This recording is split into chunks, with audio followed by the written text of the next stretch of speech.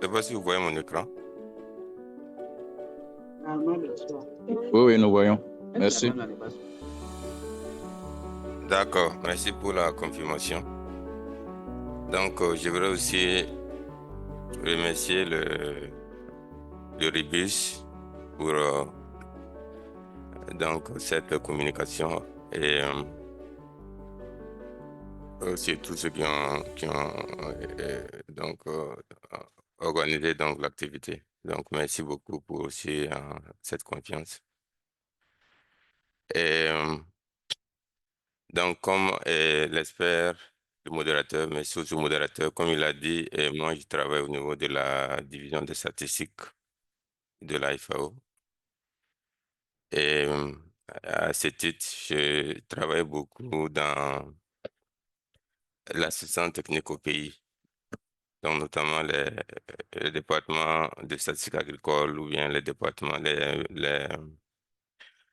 les instituts nationaux de statistiques dans les pays où les enquêtes et les enquêtes agricoles sont organisées par les instituts nationaux de statistiques. Donc, on travaille avec eux. Et donc, dans ce cadre aussi, j'interviens essentiellement dans l'appui technique en échantillonnage. Et donc, la thématique de ce jour est donc un des aspects sur lesquels on travaille sur le renforcement des capacités au niveau donc des pays. Bon, je dois dire que euh, au niveau des pays, généralement, le module sur la taille de l'échantillon, ça prend pratiquement une journée de formation. Donc, y compris tout ce qu'il faut en termes de pratique, etc. Donc, vous comprendrez qu'en 45 minutes, c'est juste voilà, un aperçu global sur la question donc, qui vous sera offert en fait. Et donc, en termes de résultats attendus, euh, certainement pas que, bon, surtout ceux qui sont pas statisticiens, qui sont pas très familiers à la question de l'échantillonnage, et ils seront pas des experts en, bon, cette communication, bien sûr, ne peut pas les amener à développer une expertise déjà en opérationnel, peut-être en calcul de taille pour toutes sortes d'enquêtes. Mais alors, ce que j'ai préparé, normalement, pour ceux qui vont bien suivre, ça doit pouvoir les donner une idée assez claire sur la logique qui est derrière le calcul de la taille de l'échantillon. Et, euh, et aussi pour les enquêtes assez simples, et ils seront en mesure de calculer les tailles, bon, pour faire leur enquête. Donc, pour les enquêtes assez simples, et je pense qu'on peut atteindre cet objectif avec la formation, parce que j'ai aussi mis un peu les outils. Bon, c'est vrai, on n'aura pas le temps pour faire de la pratique, mais j'ai mis un peu des références sur les outils assez simples que vous pouvez utiliser. Donc, je crois que c'est aussi bien de comprendre la logique qui est derrière, et parce que ça vous permet aussi de mieux comprendre les données d'enquête que vous avez et comment vous travaillez avec elles. Et ça vous permet aussi de comprendre le travail. Si vous avez pris un expert externe, vous avez pris un statisticien, par exemple, si vous n'êtes pas du domaine et il propose un plan de sondage, au moins vous pouvez comprendre ce qui a été fait et puis faire des observations. Donc, ça, c'était juste pour introduire. Et, donc, il faut dire que la détermination de la taille est, est une décision très importante. Donc, c'est considéré comme l'une des décisions les plus fondamentales dans la conception d'une enquête. Et généralement, si vous faites une enquête et s'il y a des problèmes avec les résultats, et les gens vont euh, ils vont immédiatement chercher à comprendre quel était l'échantillon, combien de personnes vous avez enquêté, etc. Donc, elle conditionne la validité scientifique, la crédibilité et l'utilité pratique de vos résultats. Donc, alors, si l'échantillon n'est pas bien fait, et ça peut compromettre, voilà, votre étude, votre enquête et tous les mois d'efforts et de ressources que vous avez fait. Oui. Bon, ça, c'est un constat un peu triste, mais ça, on le voit souvent dans la pratique. Et des enquêtes très importantes. Malheureusement, il y a eu quelques erreurs dans la conception, y compris au niveau de la taille. Donc, on a des résultats et malheureusement on peut pas utiliser. Voilà. Donc, souvent, euh, oui, il y a des cas très, malheureusement, et très souvent, on a voulu dire aux gens, ces données, on peut pas les utiliser. Donc, c'est beaucoup d'efforts pour rien parce que il y a eu tel ou tel problème. Voilà, donc je ne vais pas trop entrer dans les détails, on n'a pas beaucoup de temps. Donc c'est vraiment très important, bien sûr. Bon, si vous ne prévoyez pas assez d'unités et vous ne sélectionnez pas assez voilà, d'unités statistiques pour votre enquête, alors vous allez avoir des résultats qui ne peuvent pas être analysés peut-être comme vous le vouliez, comme vous aviez prévu. Donc, peut-être que vous n'allez pas pouvoir atteindre vos objectifs d'analyse. Donc, ça, c'est la première conséquence. Et quand il s'agit d'évaluation, euh, notamment si vous allez vers l'impact, vous pourriez ne pas détecter, par exemple, les effets. Voilà, si l'échantillon, la taille est faible, ça peut compromettre ça, vous n'avez pas suffisamment de puissance pour détecter l'effet. Ou bien vous pouvez aussi avoir des résultats, disons, qui sont pas exacts, qui vous amènent à prendre donc des décisions qui sont pas correctes.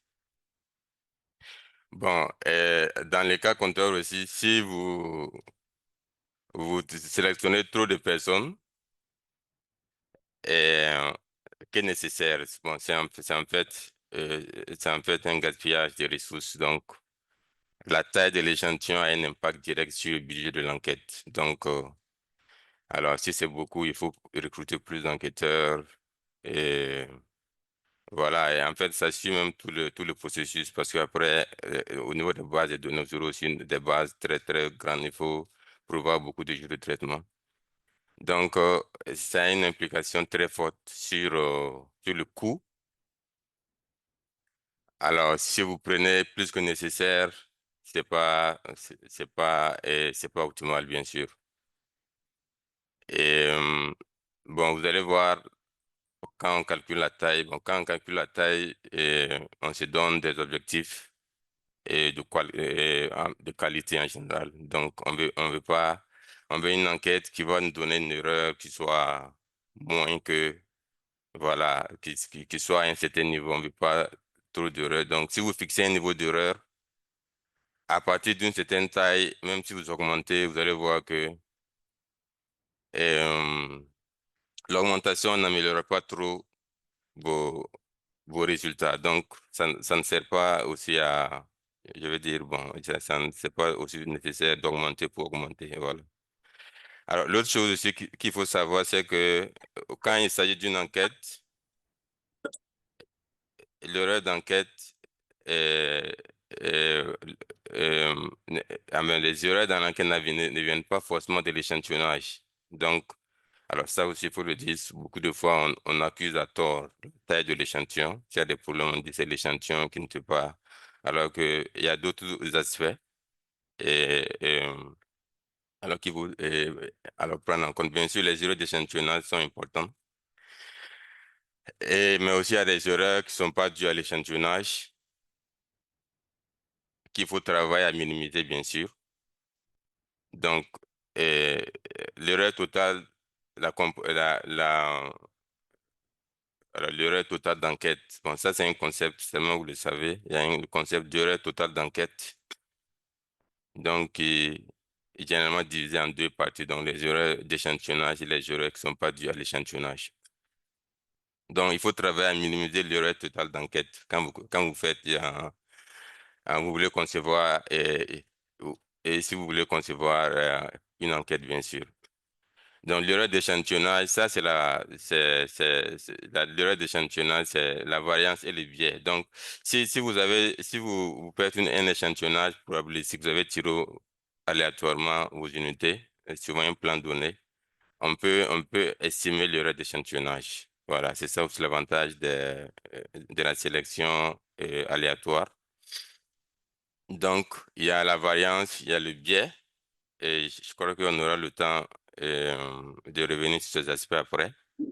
Alors, les erreurs non dues à l'échantillonnage, vous avez voilà tout le processus de l'enquête, de la conception des questionnaires jusqu'à la diffusion. Il y a des erreurs qui peuvent intervenir dans le processus. Voilà. Donc, et même en passant par la barre de sondage aussi, les erreurs de couverture, les erreurs de spécification, ça c'est au niveau même de votre questionnaire. Est-ce que le questionnaire a été bien fait? Donc, souvent, c'est des choses on fait vite, mais il y a toute une méthodologie sur la conception des questionnaires. Il y a les erreurs de mesure. Donc, les réponses que vous avez eues avec des gens sur le terrain, est-ce que elles sont correctes? Les erreurs de traitement, etc. Donc, il y a des erreurs qui ne sont pas dues à l'échantillonnage qui sont là. Il faut se travailler à les minimiser. Alors, quelque chose de très important et que tous les aspects statisticiens certainement connaissent, c'est que l'erreur d'échantillonnage diminue avec la taille de l'échantillon. Donc, si vous augmentez votre taille, bien sûr, vous allez réduire votre variance, et voilà, l'erreur d'échantillonnage.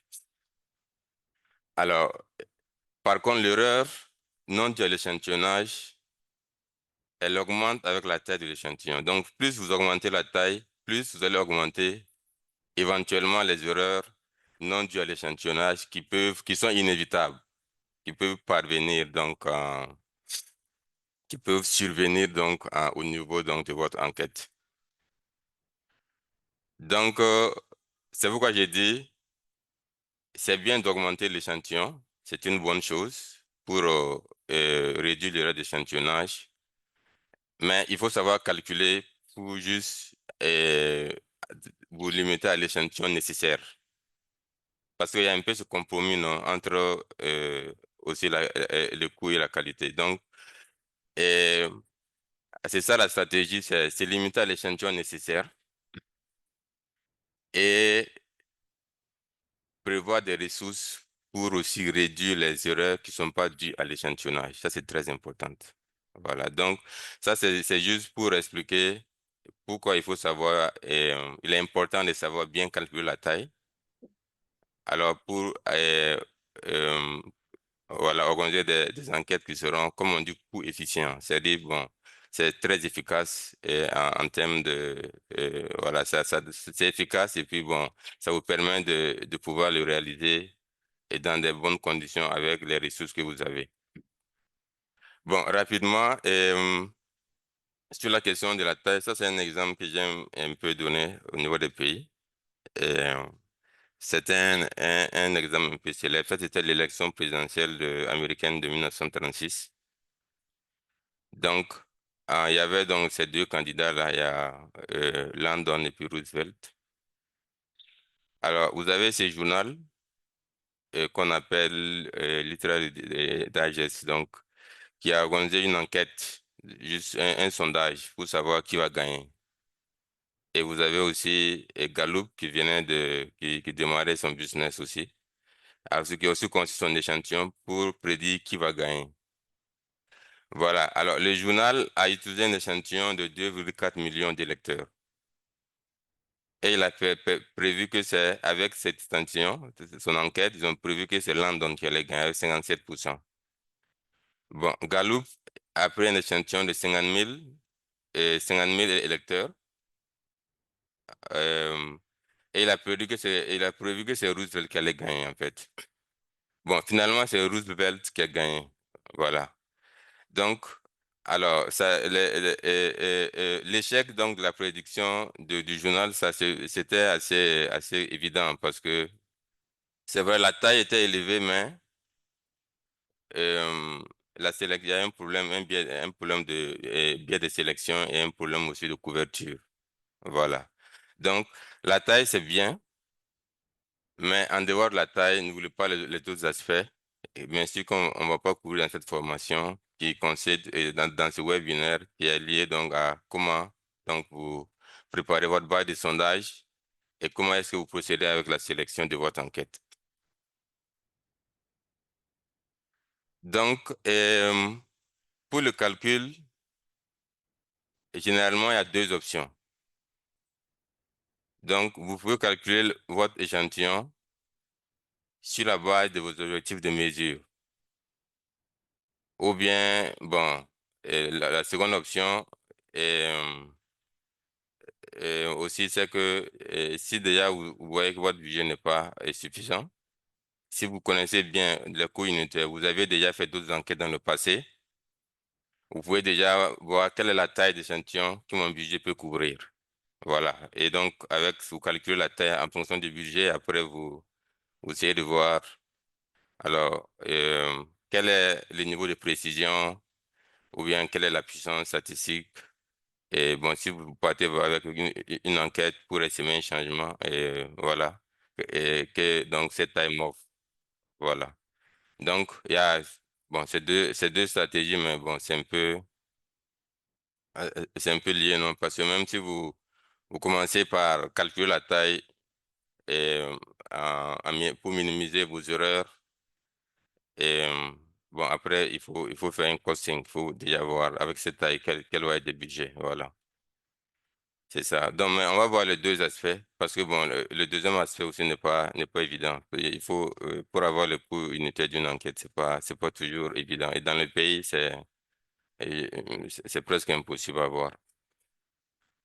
Donc, alors pour si vous avez des objectifs de mesure. Donc, bon, si vous voulez faire une enquête, vous avez bien sûr des objectifs à atteindre. Donc, vous voulez faire une enquête soit pour estimer des paramètres. Euh, donc, par exemple, vous voulez estimer une moyenne ou une proportion. Donc, les paramètres, c'est essentiellement ça, c'est les moyennes, les proportions, les ratios ou bien les totaux. Donc, si vous prenez n'importe quelle table, n'importe quel tableau d'enquête, c'est ce genre de paramètres que vous allez voir dedans. Donc, généralement, quand on veut faire une enquête, c'est pour estimer, on peut le faire pour estimer des paramètres. Donc, à travers une estimation, avec une précision que vous souhaitez, donc vous voulez, voilà, vous voulez la proportion des gens qui font telle ou telle chose, qui suivent telle ou telle euh, bonne pratique, et vous voulez cette précision, pas une erreur qui dépasse 5%, etc. Vous voulez une moyenne aussi avec une précision donnée. Donc, ça, c'est des objectifs qui visent à des estimations ponctuelles. Donc, il y a d'autres types d'objectifs qui sont un peu plus focalisés vers des estimations de changement. Donc, vous voulez voir qu'est-ce qui a changé entre deux périodes. Ou, par exemple, vous voulez tester des hypothèses. Voilà. Est-ce que les revenus moyens annuels dépassent, par exemple, je sais pas, il y a des standards, par exemple, il y a $2 par jour. Est-ce que euh, les revenus de vos bénéficiaires se dépassent $2 par jour, par exemple? Et puis vous voulez faire ça avec un échantillonnage. Donc ça va être un test d'hypothèse. Vous voulez savoir si c'est supérieur à une constante ou bien vous voulez voir comment est-ce que les revenus ont changé. euh, voilà, avant et après votre projet, par exemple. Donc ça, c'est euh, un autre type d'objectif donc, que vous pouvez cibler pour concevoir votre enquête. Donc, par rapport à la précision, donc à l'erreur, bon, qui est liée à l'erreur d'échantillonnage. Et j'ai mis un petit graphique pour un peu expliquer parce que souvent c'est quelque chose qui n'est pas bien compris dans le pays. Donc, lorsque on parle donc de cette erreur-là, l'erreur d'échantillonnage, alors il y a deux composants, il y a la variance et il y a le biais.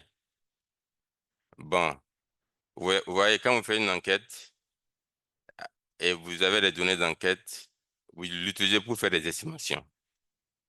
Par exemple, si vous voulez estimer la moyenne, vous avez, par exemple, votre population de bénéficiaires, vous avez pris, bon, je suis en train de parler dans la logique d'un projet.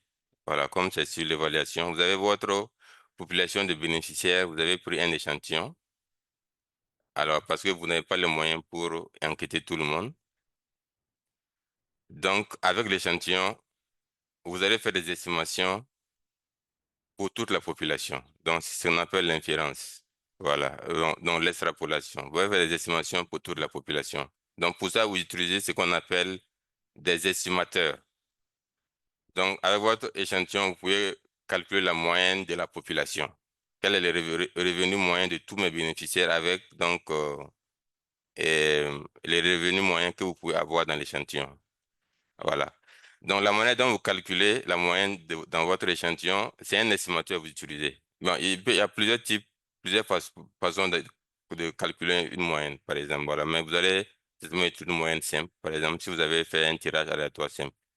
Donc, ça, c'est un estimateur. Si vous calculez ça, ça vous donne la moyenne. Alors, maintenant,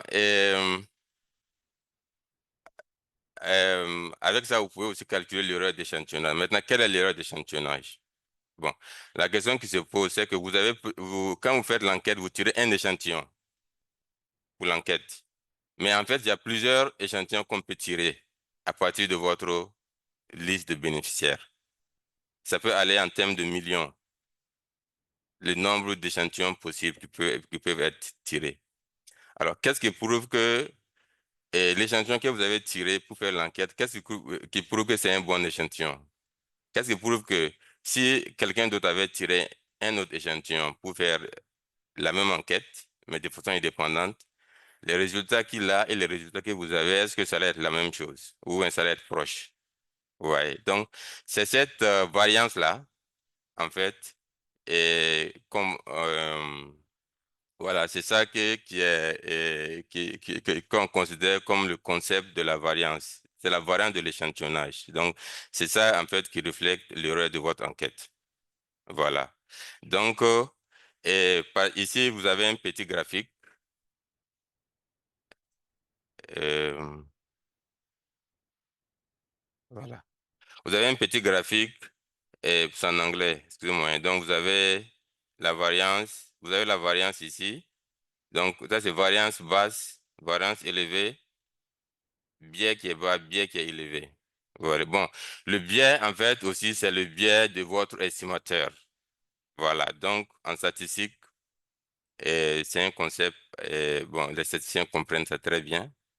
Mais ce que je veux dire, généralement, comme je dis dans les pays, pour les biais, on ne doit pas trop, le biais de l'estimation, on ne doit pas trop s'inquiéter par rapport à ça parce que euh, dans nos enquêtes, généralement, on utilise les estimateurs qu'on appelle Horvitz, Thompson, HT. Donc, c'est des estimateurs qui sont déjà sans biais. Donc, on ne se préoccupe pas trop de ça dans la conception. Mais c'est la variance surtout qui nous préoccupe le plus, voilà, dans la conception. Donc, et les points qui sont là, les points qui sont verts, ça représente des échantillons. Bon, en pratique, c'est plus que ça. C'est souvent des millions même. Ouais, non. Et le nombre total d'échantillons possibles qui peuvent être tirés, par exemple, si vous prenez, par exemple, au niveau national. Voilà, et puis, vous voulez, par exemple, tirer un échantillon de 1000 ménages au niveau national, c'est des millions. La partie au centre, ça, c'est la vraie valeur. Bon, si vous prenez votre projet, vous voulez le revenu moyen de vos bénéficiaires, alors, vous n'avez pas les moyens pour enquêter tout le monde, pour avoir la vraie valeur. Bon, si vous avez les moyens pour enquêter tout le monde, alors ça vous donne la vraie valeur, mais vous n'avez pas ce moyen-là. Alors, cette vraie valeur-là, c'est elle qui est ici. au centre. Voilà, partout. Donc, alors, si vous faites, vous concevez un échantillon pour cette enquête, alors si vous avez, alors, je prends le cas qui n'est pas bon. Vous avez, par exemple, un échantillon qui vous donne un biais qui est élevé, bon, une variance qui est forte. Vous voyez que ça veut dire que alors, si plusieurs personnes utilisent cette stratégie d'échantillonnage pour traiter des enquêtes et puis faire des enquêtes et puis estimer donc la moyenne indépendamment, vous voyez comment les résultats vont se comporter. Voilà. Donc, quand je parle de résultats, c'est les résultats de plusieurs enquêtes suivant votre stratégie d'échantillonnage. Par exemple, vous avez choisi de tirer 200 bénéficiaires pour votre enquête. Supposez que plusieurs personnes ont tiré 200 bénéficiaires pour faire l'enquête. Donc, comment est-ce que les différents résultats vont se comporter? Bon, c'est vraiment ce que je veux que vous compreniez. Comment est-ce que les différents résultats vont se comporter? Est-ce que ça va se comporter comme ça? C'est-à-dire que, alors, quelqu'un va trouver que le revenu moyen, c'est 5 000 par jour. Une autre personne avec la même enquête et même tas de gens va trouver que le revenu moyen, c'est, je ne sais pas, 100 000 par jour. Vous voyez, si ça se comporte comme ça, ça veut dire que votre échantillonnage n'est pas bon. On ne peut pas faire confiance à votre échantillonnage parce que si quelqu'un avait tiré un autre échantillon, le résultat allait être complètement différent. Ça. Donc, c'est cette différence, cette variance-là, c'est ça qui est l'erreur d'échantillonnage. C'est ça qui est la variance d'échantillonnage. C'est juste ce concept que je veux que vous compreniez. Mais je vais avancer parce que je risque euh, de ne pas être. Mais je voulais juste expliquer ce concept. Alors, maintenant, allons à l'essentiel de la formation. Donc, d'abord, on commence par le calcul de la taille pour atteindre vos objectifs de mesure. Alors, si vous regardez les documents, vous allez voir qu'il y a des formules qui sont proposées pour différents types de sélection. Voilà, bon, notamment c'est la sélection sans remise et avec remise. Bon, comme j'ai dit, la sélection sans remise en pratique, elle est rarement pratiquée. Donc, bon, j'ai pas le temps pour développer les différents types de sélection, mais on suppose que vous avez fait une sélection ah ben, la sélection avec remise, excusez-moi, c'est ça qui est rarement pratiqué. Vous aurez fait une sélection sans remise. Donc, si vous tirez au hasard des individus, généralement, c'est vraiment... avec remise, ça suppose quand vous tirez quelqu'un, vous le remettez dans la base. Ensuite, vous tirez une autre personne et vous le remettez, vous tirez, etc. Bon, dans la pratique, c'est rarement fait. Bon, mais souvent, c'est fait pour certains objectifs. Donc, pour ne pas surcharger, et je me focalise sur ce qui se fait. Et puis bon, la sélection sans remise est plus efficace, c'est une variance plus faible que la sélection avec remise. Donc, c'est ce qui est recommandé et c'est ce que généralement fait. Donc, on va se focaliser sur ça. Bon, alors commençons par les déterminants de l'échantillon, de la taille de l'échantillon. Quels sont les éléments qui interviennent? Voilà. Alors, surtout pour les non-statisticiens, et ça vous permet de comprendre la logique qui est derrière et les calculs, et pourquoi on utilise telle ou telle chose. Alors, alors, Expert Bako, oui, excusez, c'est Gira. Si on oui, peut speeder un peu, parce que la diapositive est longue, on a 16 minutes. oui, d'accord, Je pense que dans les questions-réponses, là, on va revenir dans les détails, c'est mieux. d'accord.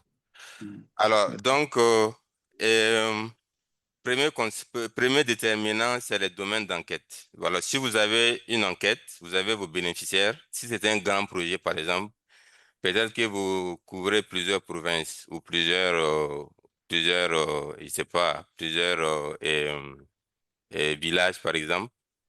Alors, vous voulez faire une enquête pour estimer, par exemple, la proportion des gens qui utilisent de la traîne améliorée, par exemple. Donc, la première question, c'est, vous voulez cette proportion à quel niveau? Est-ce que vous voulez ça à l'échelle de votre projet? Ou bien vous voulez ça, voilà, à un niveau un peu inférieur. Par exemple, vous voulez ça par région, ou bien par village, ou bien vous voulez estimer ça, bon, si vous êtes, votre projet est sensible aux gens, vous voulez ça pour les hommes et pour les femmes. Donc, si vous avez ces genres d'objectifs, et ça veut dire que, alors vous avez plusieurs domaines d'enquête. Donc, le domaine d'enquête, c'est sous-population en fait. Voilà. Donc, par exemple, vous voulez avoir des résultats qui sont de qualité par région, ou bien vous voulez par sexe, etc. Donc, ça devient donc vos domaines. Voilà. Donc, alors, cette décision est très importante parce que ça impacte directement la taille. Parce que normalement, pour ces domaines-là, qui sont aussi appelés des strates, c'est des strates en fait, mais des strates analytiques, ça veut dire que vous voulez pouvoir produire des estimations au niveau de ces domaines. Vous voyez? Donc, vous devez normalement calculer la taille pour chacun des domaines. Donc, vous calculez la taille pour chaque région, si vous voulez des résultats par région, ou vous calculez la taille pour les hommes, vous calculez la taille pour les femmes. Donc, les formules que nous allons voir, c'est des formules et, euh, et, euh, qui sont proposées de façon globale, peut-être à l'échelle d'un projet. Mais si vous voulez, vous avez des sous-domaines, vous avez des domaines d'études, vous devez appliquer ces formules pour chacun des domaines. C'est un ou bien bon, c'est un domaine, pour chacun des domaines. Voilà. Alors, l'autre élément qui rentre en compte, qui influence la taille de votre, la manière dont vous calculez la taille, c'est bien sûr l'objectif de votre enquête.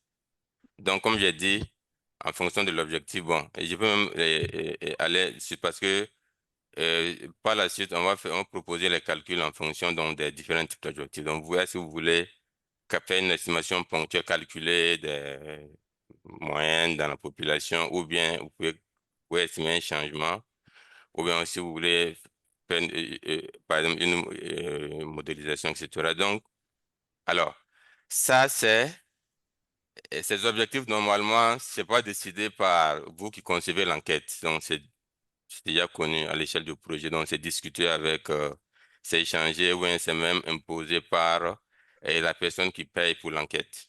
Voilà. Alors, l'autre élément très important, en fonction de ces objectifs, dans ces objectifs, il y a forcément les variables d'intérêt qui ressortent des objectifs. Donc, si vous voulez le rendement moyen de vos bénéficiaires, le rendement moyen de maïs, par exemple, si vous êtes un projet sur le maïs de vos bénéficiaires, vous avez déjà la variable d'intérêt qui est rendement. Donc, dans les formules, vous allez voir, alors, la variabilité donc, de cette variable d'intérêt dans la population est un élément très important, donc, et qui entre en compte dans le calcul de la taille de l'échantillon. Donc, le nombre de personnes que vous aurez besoin, alors, sera d'autant plus élevé que cette variable d'intérêt, c'est la variable essentielle que vous souhaitez établir donc, à travers donc, de votre enquête, si elle est homogène ou hétérogène.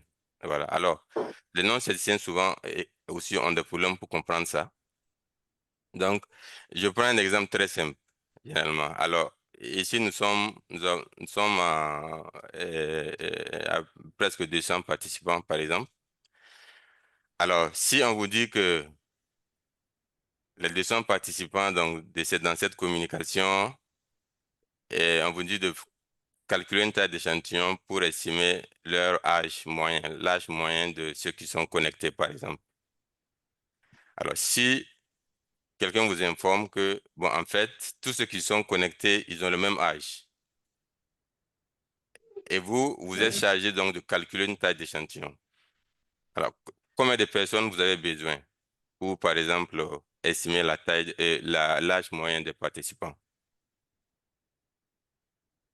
Vous voyez que si tout le monde a le même âge et que l'objectif de votre enquête, c'est d'estimer l'âge moyen, même avec un échantillon d'une personne, une taille d'échantillon de 1, vous pouvez déjà ouais, non, avoir votre information sur la population. Vous pouvez estimer votre paramètre.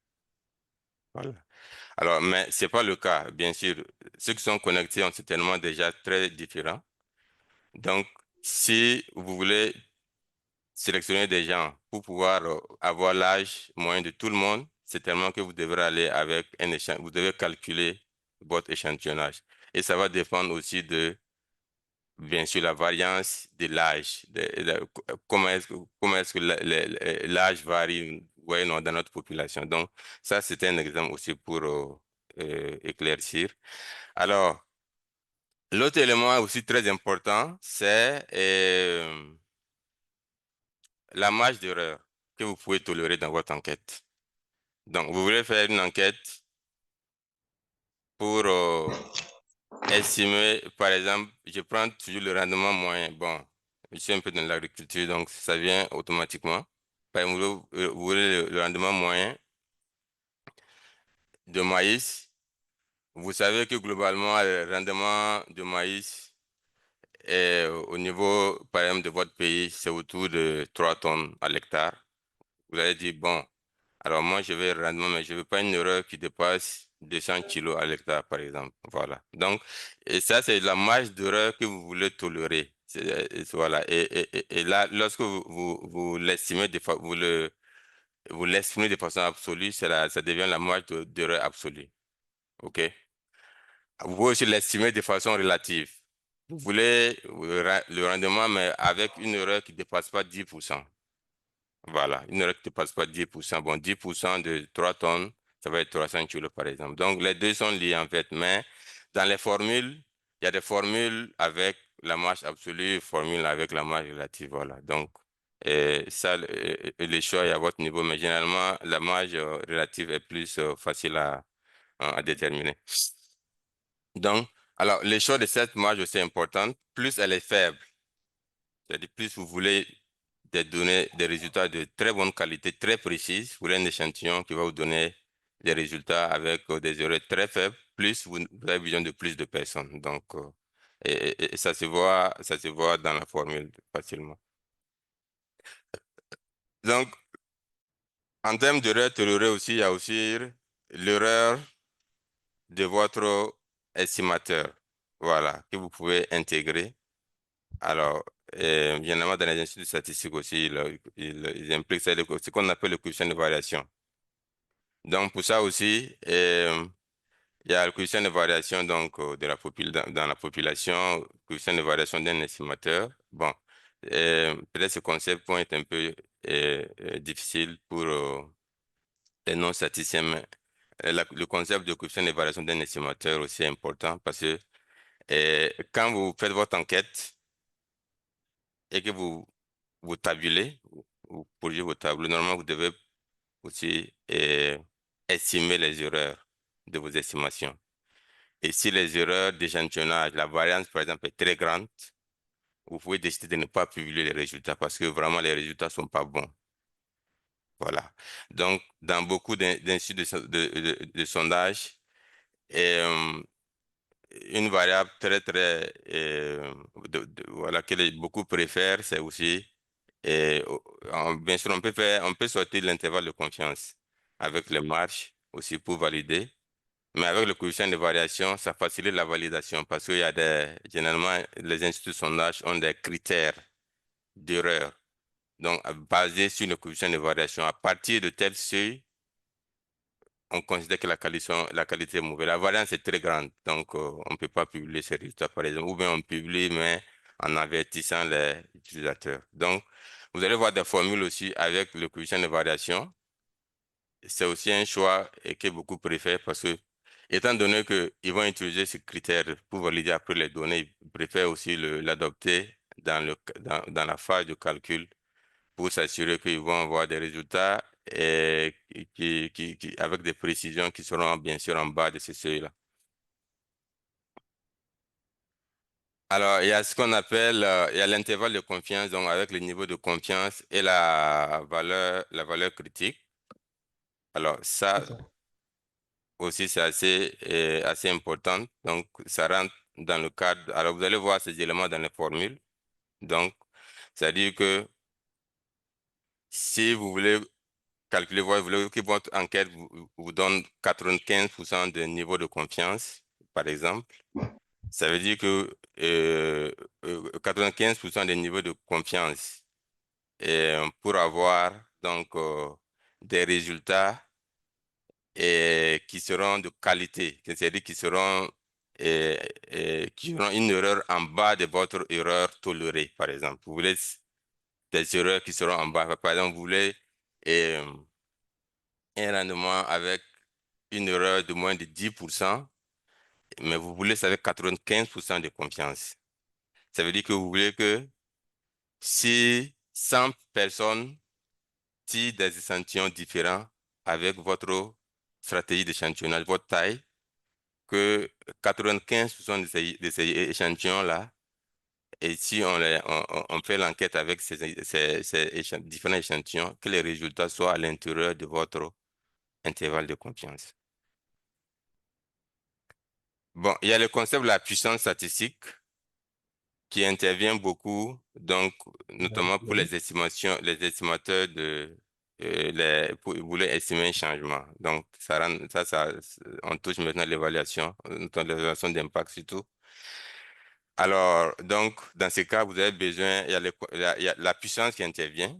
Donc, vous voulez une puissance pour pouvoir détecter l'effet. Voilà, pour détecter le changement vraiment dans votre population. Donc, la puissance, c'est la probabilité donc, de pouvoir détecter un effet réel. Et généralement, on prend autour de 80%. Et en fonction de la puissance que vous choisissez, il y a aussi une valeur critique qui intervient dans la formule de calcul. Alors, l'effet de plan est très important. Alors,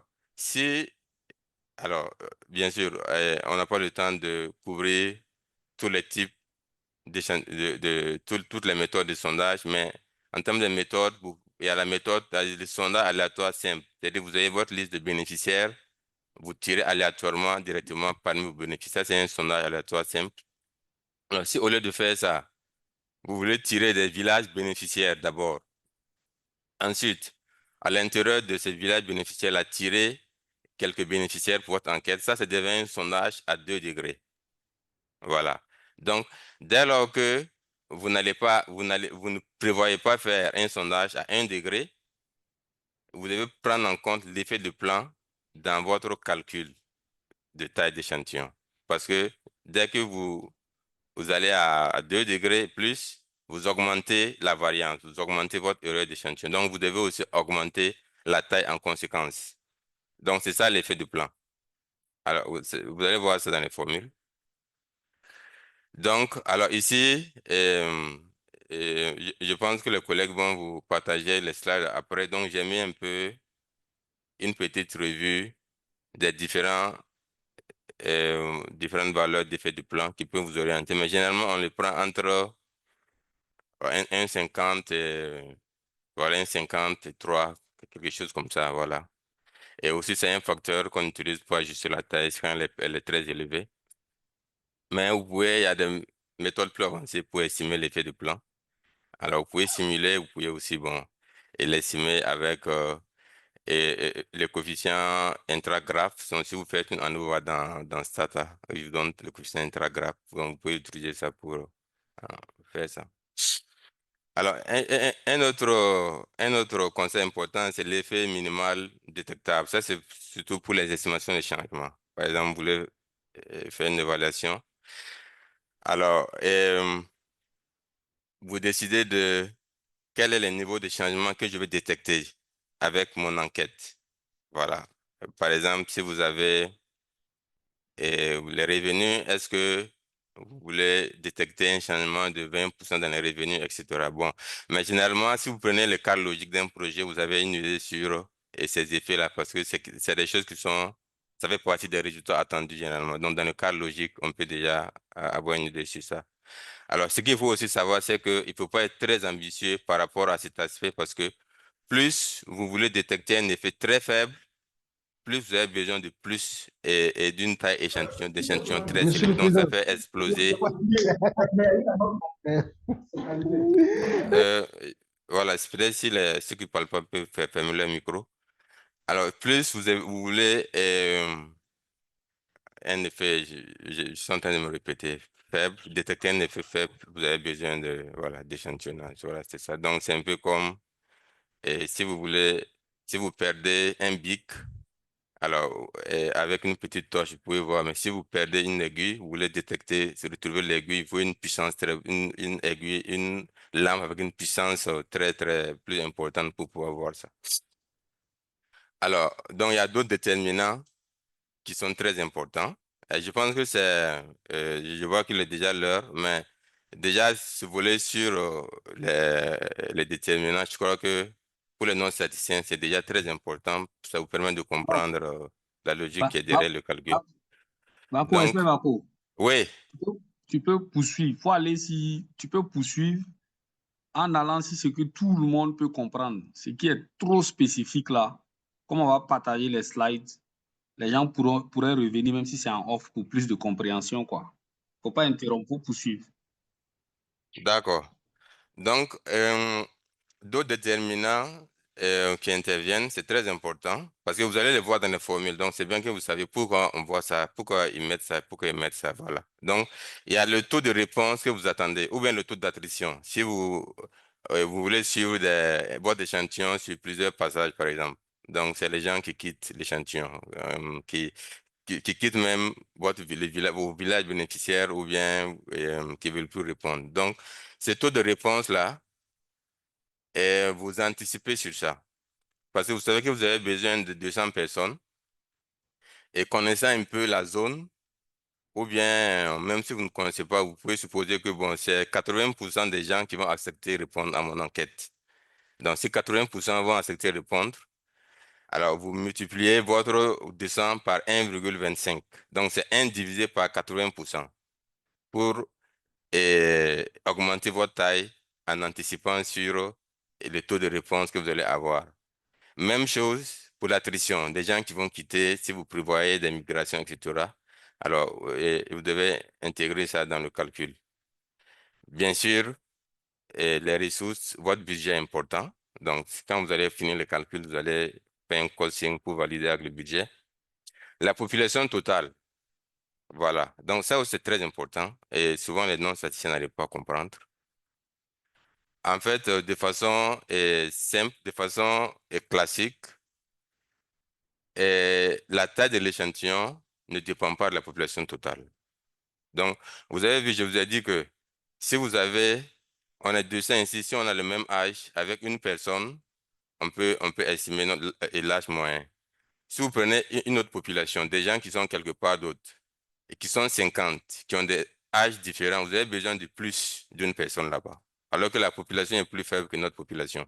Ouais. Donc, de façon standard, et la population, la taille de la population, la taille de l'échantillon ne dépend pas de la taille de la population, de façon classique, voilà, pour les besoins de précision.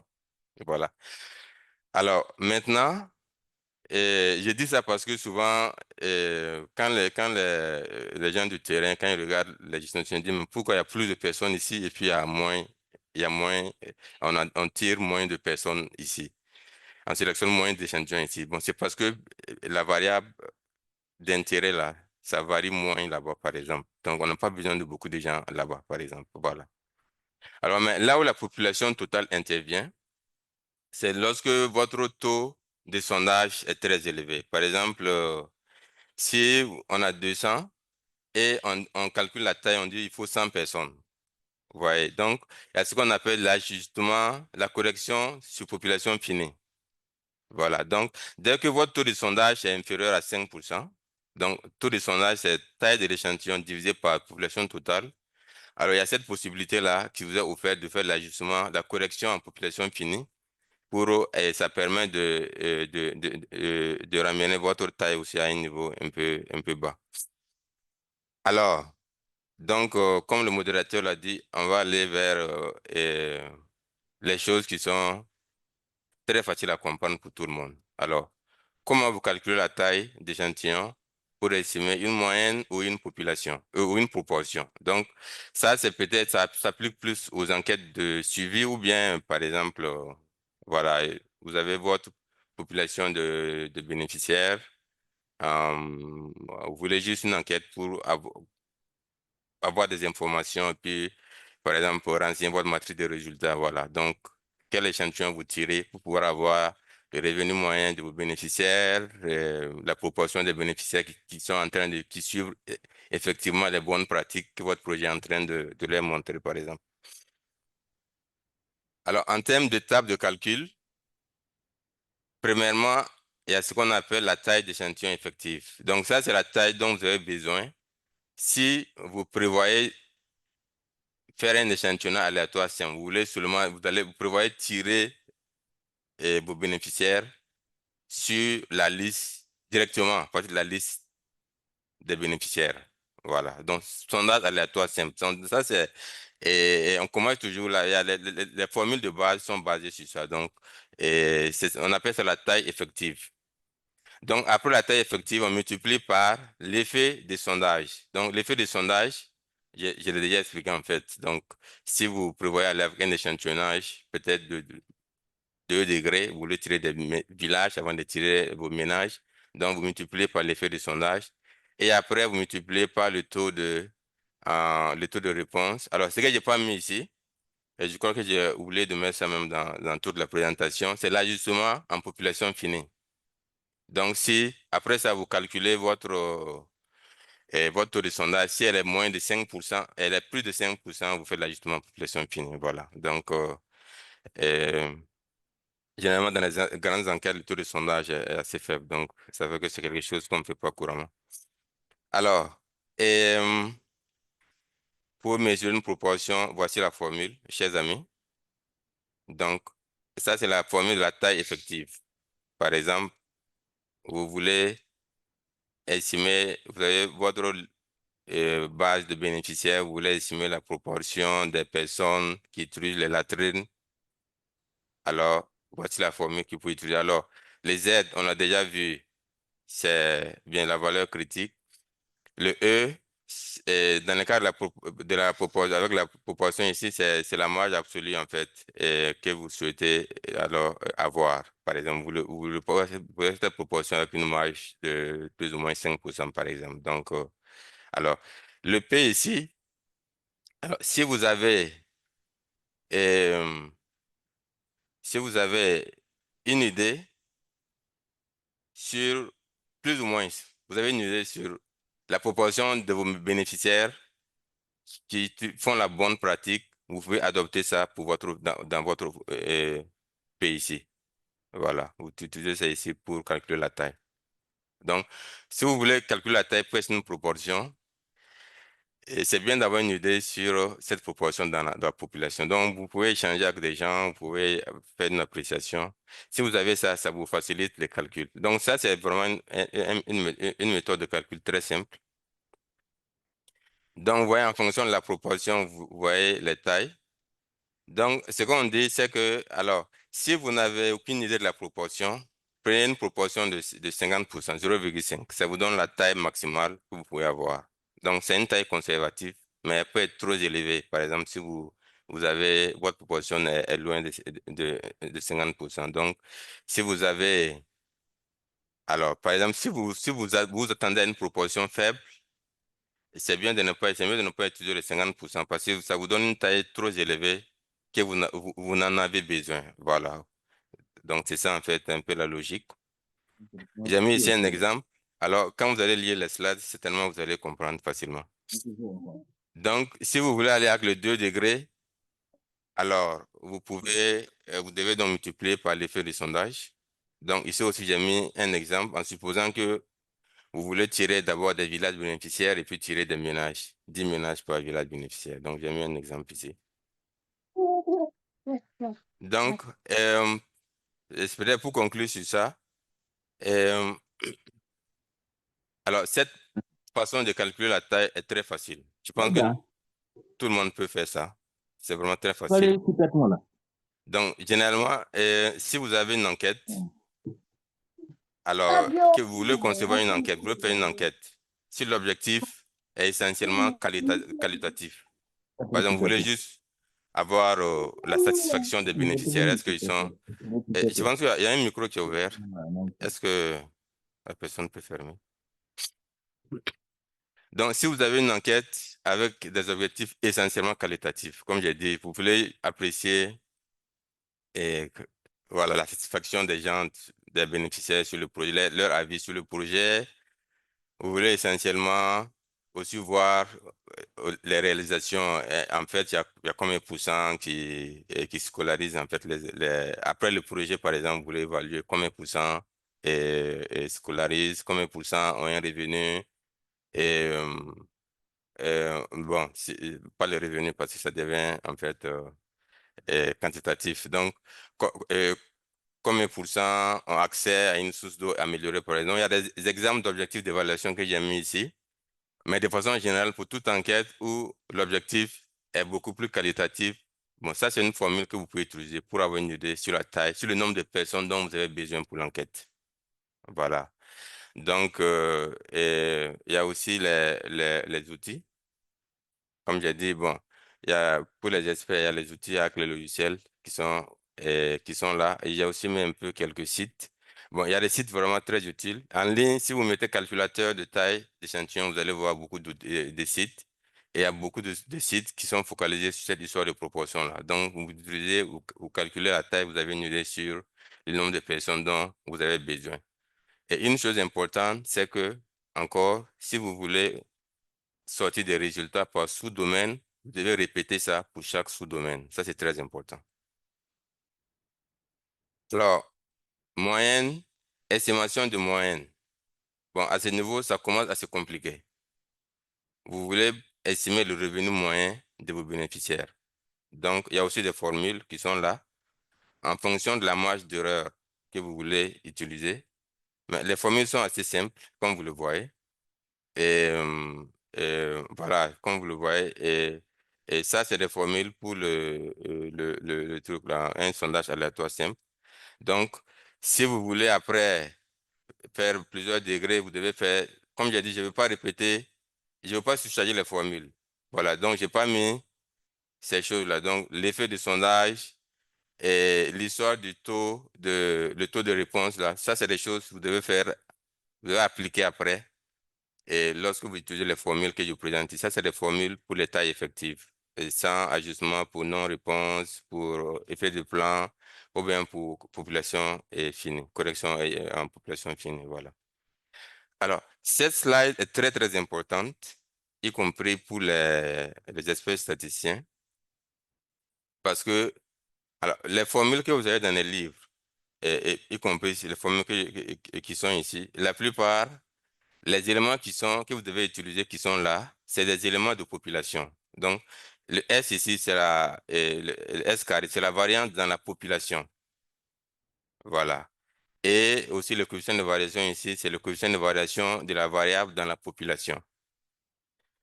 Si vous voulez calculer votre taille pour estimer votre moyenne, vous avez besoin de ces éléments-là.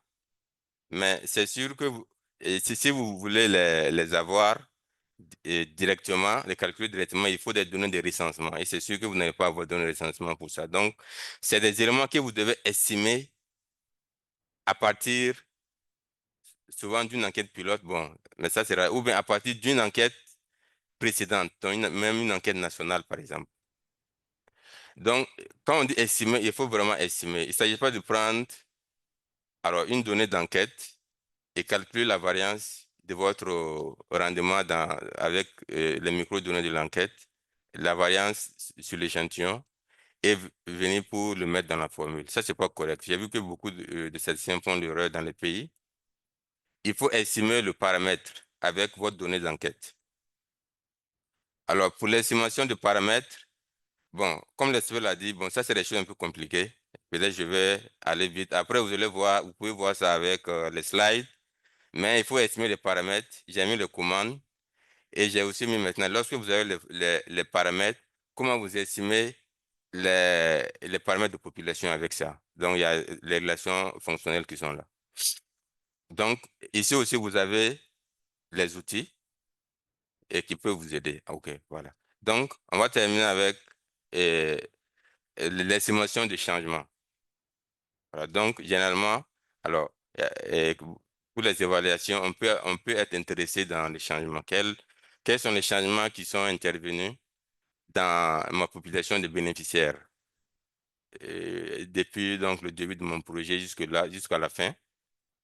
Alors, alors pour estimer un changement, alors vous pouvez, le changement peut être au niveau de proportion. Vous pouvez voir comment est-ce que la proportion des gens qui utilisent les latrines commence à évoluer dans la population de bénéficiaires avant et après mon enquête. Donc, voilà, quelque chose comme ça. Donc, ou bien, comment est-ce que le revenu moyen des gens que bon, j'appuie, ou bien les rendements moyens des gens que j'appuie, comment est-ce que ça évolue? Voilà, ça c'est un changement que je veux estimer donc, dans le cadre d'une moyenne. Voilà. Alors, pour ça aussi, il y a des formules que vous pouvez utiliser. Et ça aussi, c'est des formules qui sont, bon, ici, bon, après, il faut ajuster aussi. Bon, comme j'ai dit, j'ai pas voulu surcharger les slides, mais après, il faut ajuster pour les non-réponses, pour l'attrition, il faut ajuster aussi pour l'effet plan, même pour l'évaluation. Parce que, bon, par exemple, pour l'évaluation, quand on veut, par exemple, si vous voulez utiliser une population de contrôle, par exemple, généralement, pour certaines pratiques, les gens préfèrent tirer ils préfèrent par exemple tirer des villages au lieu de tirer des individus pour éviter les effets de contamination. Voilà. Si votre population de contrôle il y a une probabilité qu'elle soit contaminée par vos ménages bénéficiaires, alors ça va affecter votre estimation donc d'impact, n'est-ce pas? Donc, on préfère donc aller avec une sélection donc de villages bénéficiaires et villages de contrôle et puis aller donc si vous allez vers des approches comme ça, il faut intégrer l'effet de plan donc, dans la formule. Voilà. Donc, les formules sont là et je dirais que, alors, bon, ça, c'est des formules qui vous permettent d'avoir des changements. Alors, si vous utilisez le même échantillon, alors, vous suivez le même échantillon, voilà, alors vous avez si par chance, et ça, c'est très important. Alors, surtout pour cette histoire d'évaluation d'impact, si vous avez des données de base, ça vous facilite beaucoup la tâche et ça facilite aussi la conception, n'est-ce pas, de votre enquête d'évaluation. Voilà. Donc, en ce moment, si vous avez votre population, donc votre échantillon de bénéficiaires que vous suivez avant et après, alors, le fait que c'est le même échantillon que vous suivez, ça vous permet donc de réduire la taille. Il y a un facteur que vous intégrez après encore, vous reflétez dans la formule. Donc, les R ici, j'ai pas mis les trucs, mais c'est le coefficient de corrélation en fait. Alors alors de votre variable d'intérêt, la variable sur laquelle vous voulez évaluer le changement, et si on suit vos populations avant et après. Donc, ça permet de réduire la taille. Alors, j'ai mis aussi un peu les outils et que vous pourrez regarder. Donc, pour terminer, je m'excuse beaucoup pour le débordement. Alors, et pour terminer, alors pour l'évaluation d'impact, comme vous le savez, il ne s'agit pas seulement de détecter et d'estimer le changement, mais il faut pouvoir attribuer le changement à votre projet. Et ça complique un peu les choses. Donc, je dirais à ce stade, assurez-vous de vous faire accompagner par un statisticien, un expert du domaine. Ça va vous faciliter la tâche. Parce que bon, c'est pas des choses sur lesquelles je peux dire que vous pouvez le faire facilement vous-même, si vous n'êtes pas du domaine, je le dirais. Voilà. Donc, il faut s'assurer de ça. Et surtout, lorsque vous n'avez pas de données de base, ça complique les choses. Et bien sûr, comme vous le savez, dans nos projets, on ne sélectionne pas aléatoirement les bénéficiaires. Et ça encore, ça complique les choses. Donc, il y a toute une théorie derrière cette histoire-là, d'évaluation d'impact. On n'a pas le temps de rentrer dans le détail et c'est même pas l'objet de la formation. Mais j'ai dit, même pour le calcul de la taille, calcul de la taille dépend de la méthodologie que vous souhaitez utiliser pour estimer votre impact. Donc, et assurez-vous donc bien sûr, de vous faire accompagner par un expert du domaine. Donc, la taille sur la base de votre budget. Donc, c'est très important. Si vous avez déjà fait une enquête similaire, vous voulez faire une enquête, vous avez déjà fait une enquête similaire dans le passé, vous pouvez essayer de calculer le coût unitaire. Combien j'ai besoin pour enquêter une personne? Si vous avez ces montants-là, ça vous permet de calculer une taille avec le budget que vous avez. Mais c'est très important de séparer les coûts fixes. Voilà, les coûts fixes, quel que soit l'échantillon, et ces coûts-là seront là. Donc, il faut les mettre de côté d'abord pour et procéder avec ce processus-là. Donc, avec ça, vous avez... Bon, il y a, sur la question aussi, il y a par exemple, si vous voulez aller avec le 2 degrés, et il y a des formules de coûts plus complexes que vous pouvez utiliser dans le processus, ou bien si vous stratifiez, etc. Donc, alors ça aussi, c'est une approche. Donc, ça vous permet d'avoir une taille que votre budget peut supporter. Et maintenant, vous faites juste de l'algèbre pour après vérifier si la taille que le budget vous donne est OK pour votre enquête. Donc, par exemple, je montre ça pour terminer. Par exemple, si vous prenez même si vous prenez cette formule, ici vous avez l'effet minimal que vous pouvez détecter. Alors, vous faites de l'algèbre, vous ramenez, vous sortez ça, vous amenez la taille. Donc, ça vous permet maintenant de calculer quel est l'effet et que donc cette taille alors me permet de pouvoir détecter. Est-ce que c'est bon? Est-ce que c'est suffisant? Même chose pour la marge d'erreur. Vous faites de l'algèbre, vous faites sortir ça, voilà. Donc, je crois que c'est tout pour la formation et pour la présentation. Bon, je m'excuse pour alors, pour